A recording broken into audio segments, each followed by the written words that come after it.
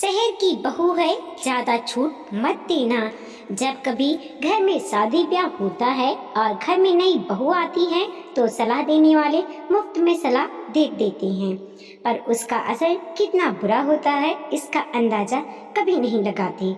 खुद ने जिंदगी में कुछ किया हो या ना किया हो, पर दूसरों को प्रेरणा बनाने को हर कोई तैयार हो ही जाता है। ढोलक की थाप पर सब लोग नाच रहे थे। घर में नई बहू नेहा आ चुकी थी। आज उसकी मुंह दिखाई की रस्म थी। सब लोग बहू की सुंदरता की तारीफ कर रहे थे और बधाई गा रहे थे। लेकिन कुछ लोग ऐसे भी थे जो नई नई सास बनी बिमला जी को अपनी सलाह देने से पीछे नहीं हट रहे थे। अरे जीजी, बहू को रखना कोई मामूली बात है क्या? मतलब बहू को रखना भैंस को खूंटी से बांध कर रखने के बराबर है। जैसे भैंस खुले रह गई तो वो इधर उधर हो जाएगी, वैसे ही बहू है, छूट मिली नहीं कि सिर पे चढ़ जाती हैं। मामी जी अपनी ननद बिमला जी को समझा रही थी। अब ननद तो गांव की सीधी सादी औरत, जबकि बहू आई शहर की पढ़ी लिखी नौकरी पेशा। पता नहीं गांव के लोग को शहर से आई हुई बहू ऐसी लगती है जैसे किसी दूसरे ग्रह से आई हो। इसीलिए गांव के लोगों को अपने आप ही बिमला जी से हमदर्दी हो गई और जैसा आता है वैसे ही ये समझाइश देकर जाता है।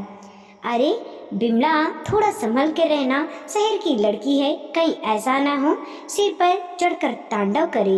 इसीलिए जितना दबा कर रखोगी उतना ही अच्छा है। और बिमला जी उन लोगों की बातों में आकर खुद को बेचारी समझने लगती। अपने बेटे को संभाल कर रखना, कहीं ऐसा ना हो कि शहरी बहू बेटे को लेकर फुर्र हो जाए और तू हाथ मलती रह जाए। बिमला जी ने भी लोगों की बातों में आकर इन कुछ दिनों में खुद को बेचारी और बहू को अत्याचारी सोचकर कई दिवा स्वप्न भी देख लिए।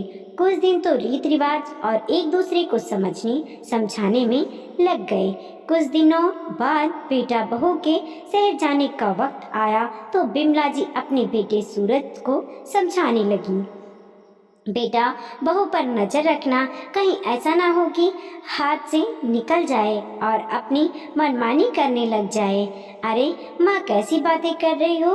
तुम्हारी बहू पढ़ी लिखी समझदार है, कोई बच्ची तो नहीं जो हाथ से निकल जाएगी। हाँ, तो बस मेरा मजाक बना। बेटा, गांव के सभी बुजुर्ग कहते हैं कि बहू को रखना भैंस को खूंटी से बांध कर रखने के बराबर है। कहीं ऐसा ना हो तू हाथ मलता रह जाए। और पैसे टेक के मामले में अभी उसे सब कुछ बताने की जरूरत नहीं है। नहीं है, क्या पता हाथ में बरकत है या नहीं।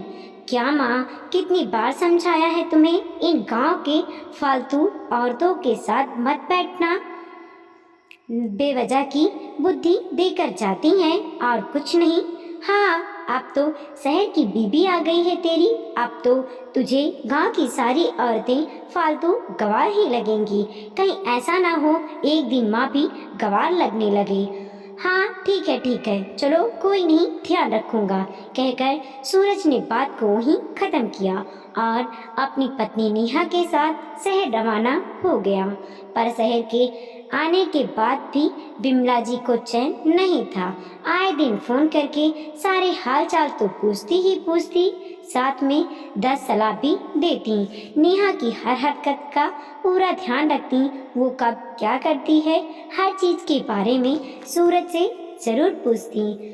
अब कोई इंसान बार बार एक ही बात को बोलता रहे तो थोड़ा बहुत असर तो होता ही है। सूरज भी धीरे धीरे अपनी माँ का समर्थन करने लगा। सूरज किसी न किसी बात को लेकर नेहा को टोक देता तो दोनों में लड़ाई झगड़े हो जाते। धीरे धीरे दोनों में झगड़े बढ़ने लगे। अब तो ये आए दिन के किस्से हो गए थे। एक बार तो सिर्फ इस बात पर झगड़ा हो गया कि नेहा ने अपनी पसंद की सब्जी बाहर से ऑर्डर कर दी। बस बिमला जी ने इसी बात को दिल का ताड़ बनाया और सूरज ने बिना बुद्धि के अपनी माँ की बात पर अमल किया। झगड़ा इतना बढ़ गया कि नेहा परेशान होकर अपने मायके जाकर बैठ गई। जब यह बात सूरज ने अपनी माँ को बताई तो बिमला जी ने बात को संभालने की जगह उसे बिगाड़ने में कोई कमी नहीं रखी। अरे अपने आप गई है तो अपने आप ही आ जाएगी। अगर तू आगे होकर उसे लेकर आएगा तो तेरे सिर चढ़कर नाचेगी। एक बार झुक गया तो जिंदगी भर झुकना पड़ेगा। अपनी माँ बिमला जी की बातों में आकर यहाँ सूरज झुकने को तैयार नहीं हो रहा था और उधर अपने स्वाभिमान की धज्जियां उड़ते देखकर नेहा झुकने को तैयार नहीं थी। आखिर क्यों झुके? गलत थोड़ी ना थी। उस समय बिमला जी को सिर्फ खुद का बेटा दिख रहा था। नारित्व तो कहीं गायब हो चुका था। उन्होंने भी बेटे बहू में सुलह कराने की कोशिश नहीं की, बल्कि एक औरत दूसरी औरत के खिलाफ खड़ी हो गई। आखिर मामला तलाक तक पहुंच गया और दोनों की सहमति के साथ ये किस्सा तलाक पर जाकर खत्म हुआ। बिमला जी आज बेचारी की बनी हुई थी। लोग अभी भी सलाह दे रहे थे कि थोड़ा सब्र कर लेते तो परिवार की इज्जत बर्बाद नहीं होती, तो कोई कहता कि आगे सोच समझकर कदम उठाना चाहिए। अपने बेटे में क्या कमी है, दूसरी मिल जाएगी। दोनों की कहानी साथ में शुरू होकर खत्म भी हो गई, पर सलाह देने वाले मुफ्त की सलाह देने से बाज नहीं आए। वीडियो को लाइक कीजिए, कमेंट कीजिए और अपने दोस्तों के साथ जरूर शेयर कीजिए। चैनल पर नए हैं प्लीज़ सब्सक्राइब कीजिए और देखते रहिए मोटिवेशनल स्टोरी।